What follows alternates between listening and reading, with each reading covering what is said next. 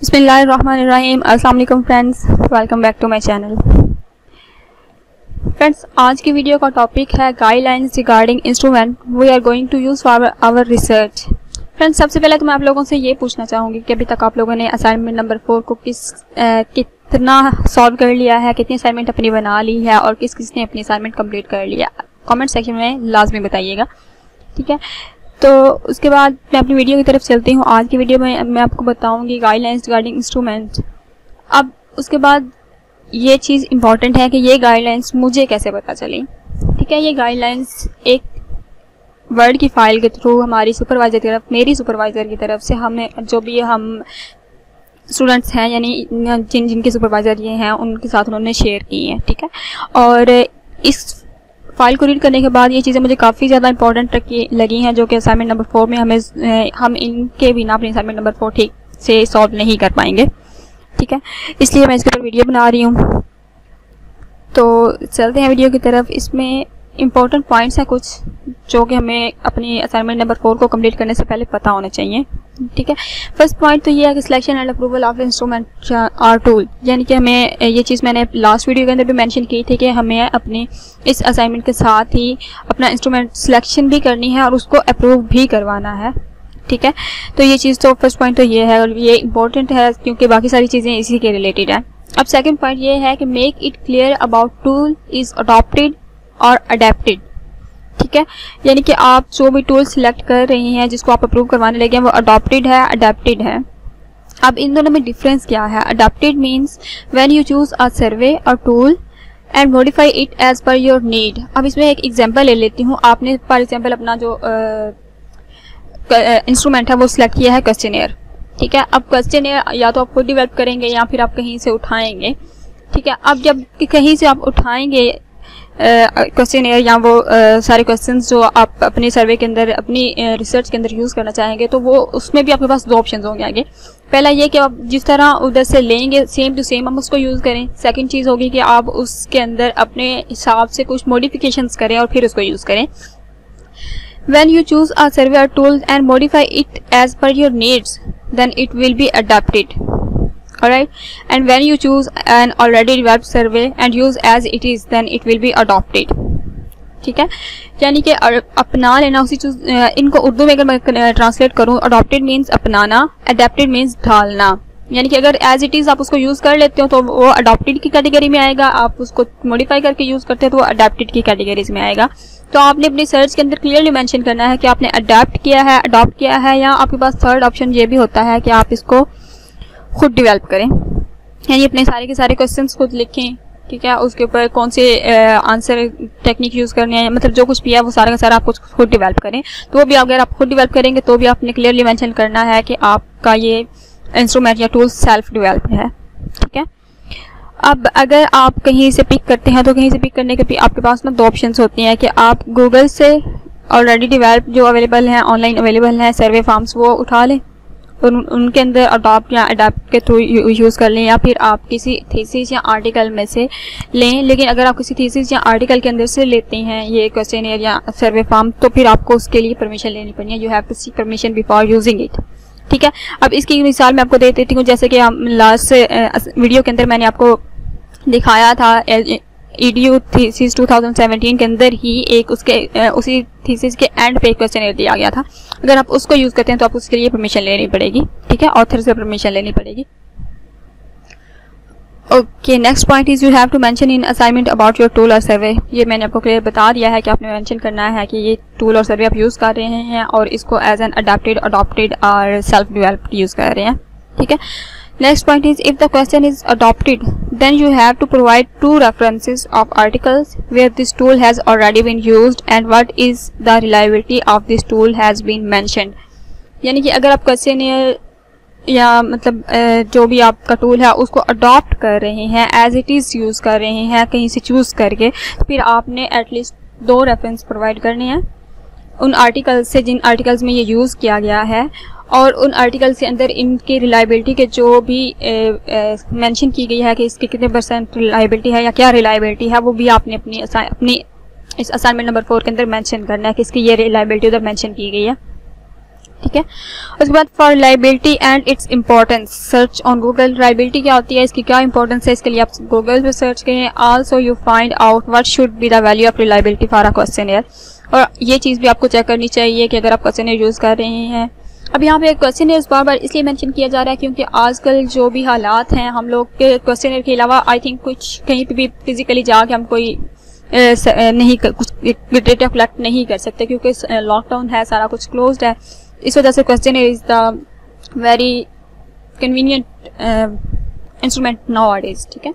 अभी फिलहाल के लिए जो हम वेरी कन्वीनियंटली यूज कर सकते हैं वो क्वेश्चनियर ही है, इसलिए क्वेश्चनियर को बार बार यहाँ पे मेंशन किया जा रहा है। Also find out what should be the value of reliability for a questionnaire. तो हम इसको भी थोड़ा सा सर्च कर लेते हैं। इसको मैं यहाँ से कॉपी करूँगी, ठीक है। कॉपी करके मैं यहाँ पे गूगल पे चली जाती हूँ और यहाँ पे पेस्ट।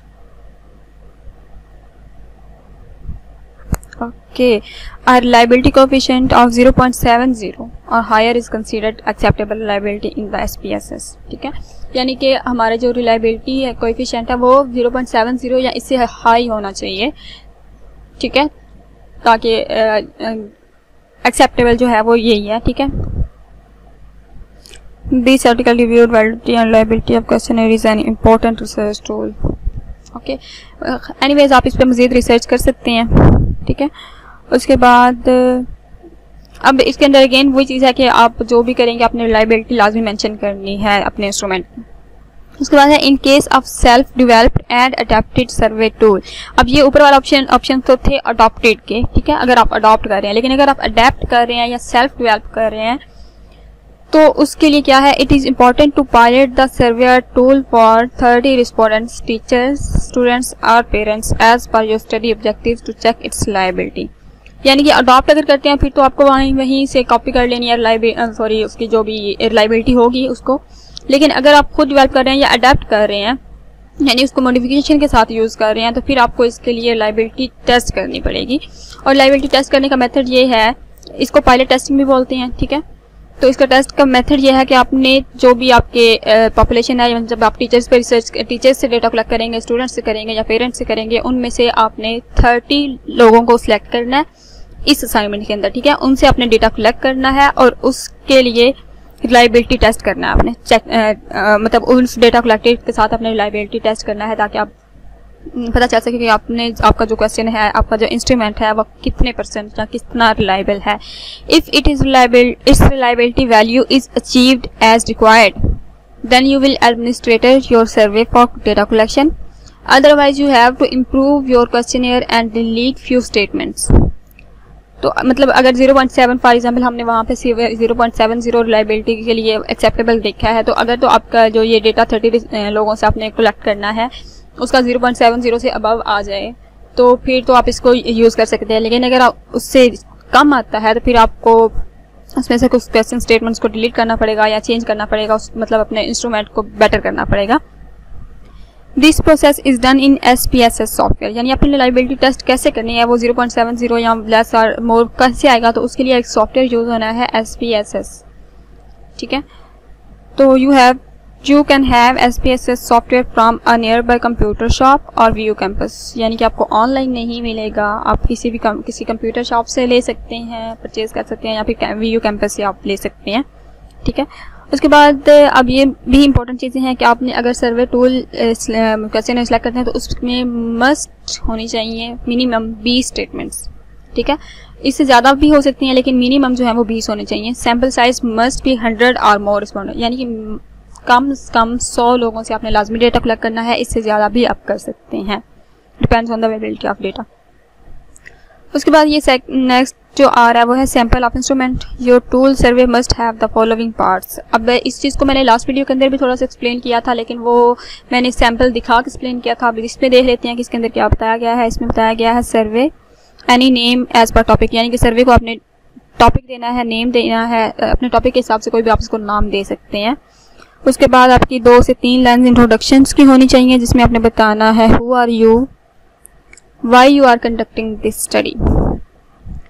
उसके बाद telling the purpose of this research precisely and also seek the consent of respondents to fill the survey. यानी कि इसके अंदर आपने अपना पर्पस बताना है रिसर्च का, यानी कि ऑब्जेक्टिव्स वगैरह इसके अंदर थोड़ा सा एक्सप्लेन करने हैं, और उसके बाद कोई ऐसी स्टेटमेंट देनी है जिससे जिस बंदे ने सर्वे फिल करना है उसकी अटेंशन सीख कर सकें, उसको थोड़ा सा इसके इंटरेस्ट डेवलप कर सकें कि वो इजीली बिना किसी खौफ के वो अपना जो है फिल कर ले। ठीक है, तो ये हमने लास्ट टाइम देखा था, मतलब फर्स्ट स्टूडेंट ने अपना नाम मेंशन किया था, अपनी डिग्री मेंशन की थी और टॉपिक वगैरह बताया था किस लिए रिसर्च कर रही हूँ, और उसके बाद उसने ये भी कहा था कि आप लोगों का डेटा जो है सारा प्राइवेट रहेगा, कहीं भी मेंशन नहीं किया जाएगा, सो आप इजीली जो है इसको यहाँ पे सर्वे फिल कर सकते हैं। उसके बाद आता है पार्ट 1। अब ये तो फर्स्ट चीज़ थी इंट्रोडक्शन था, तो उसके अंदर क्या क्या चीज़ें थी वो तो बता दी हैं। इसके बाद है पार्ट 1। इसके अंदर आपने क्या करना है, डेमोग्राफिक वेरिएबल्स इंक्लूड करनी है। It included the information related to respondents age, gender, qualification, job, teaching experience, academic achievements, CGPA। मतलब ये डिपेंड कर रहा है ना कि आप किस बंदे से आप कर रहे हैं। अगर आप टीचर से कर रहे हैं तो टीचिंग एक्सपीरियंस उसका होगा, अगर स्टूडेंट से कर रहे हैं तो एकेडमिक अचीवमेंट वगैरह ये सारी चीज़ें होंगी। ठीक है, डेमोग्राफिक वेरिएबल्स में differ and you may use as per your respondents. ये चीज़ अभी मैंने जो उर्दू में बताई है। A sample of digital literacy scale is also share with you already. ठीक है, okay. Gender, position, educational level, मतलब ये एक सैम्पल है, इसको देख लें। आई होप कि ये थोड़ी सी हेल्पफुल होगा आपके लिए। ठीक है, इसके बाद पार्ट भी आ जाता है। This part is related to choosing the S scale and statement of your study. This scale may be different as per your topic. This is just an example which is extensively used in survey. It is called 5-point Likert scale. ठीक है, 5-point Likert scale, जो कि अब देखा last जो सर्वे हमने as an sample देखा था उसके अंदर भी ये 5-point Likert scale यूज़ किया गया था, जिसमें strongly agree, agree, neutral, disagree, strongly disagree, ये चीज़ें यूज़ की गई थी। ठीक है, इन SPSS ये क्यों यूज़ की जाती हैं? इन SPSS सॉफ्टवेयर जो कि हमने अपने डेटा एनालाइज करने के लिए यूज़ करना है, उसमें डेटा कोडिंग के थ्रू या स्केल्स के थ्रू एंटर किया जाता है। ठीक है, data is entered by coding the scales and responses. You may use 3 points, उसमें यहाँ पे फिर 3 ऑप्शन होंगे। 7 पॉइंट्स, उसमें फिर यहाँ पे 7 पॉइंट्स 7 ऑप्शन होंगे आई थिंक।